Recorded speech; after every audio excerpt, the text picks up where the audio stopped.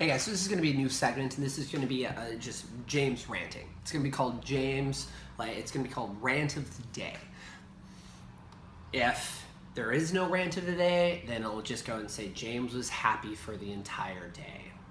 Woohoo, right? But let's go and let's talk about my first rant.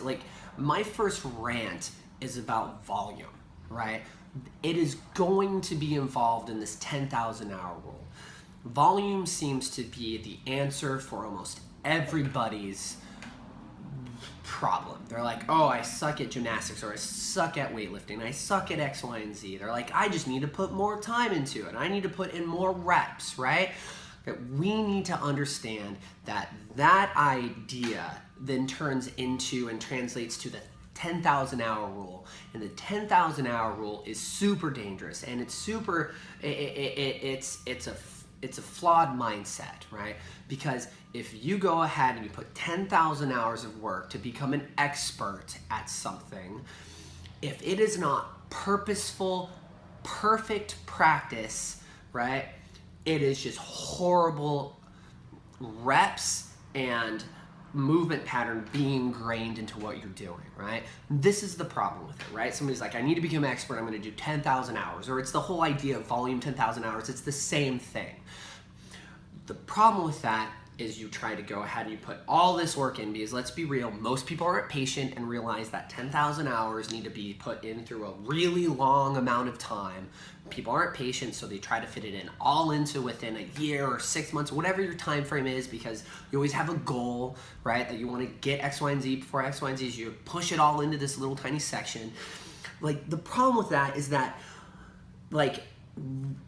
why volume in the 10,000 hour rule is dangerous is because you try to fit all this work in within a short period of time, and you're more likely to hit a level of fatigue, and through that level of fatigue, your movement pattern, your movement quality becomes just shite. It becomes shoddy, you're hitting the positions wrong, you're no longer tight or organized, and then all of a sudden, you're doing these movement patterns,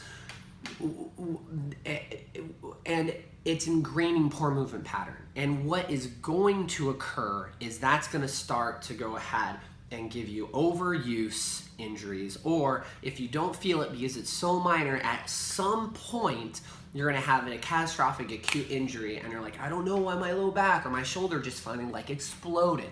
No, it's obvious, because you were not organized for the amount of time, because your volume was too high and you're always training under fatigue, right?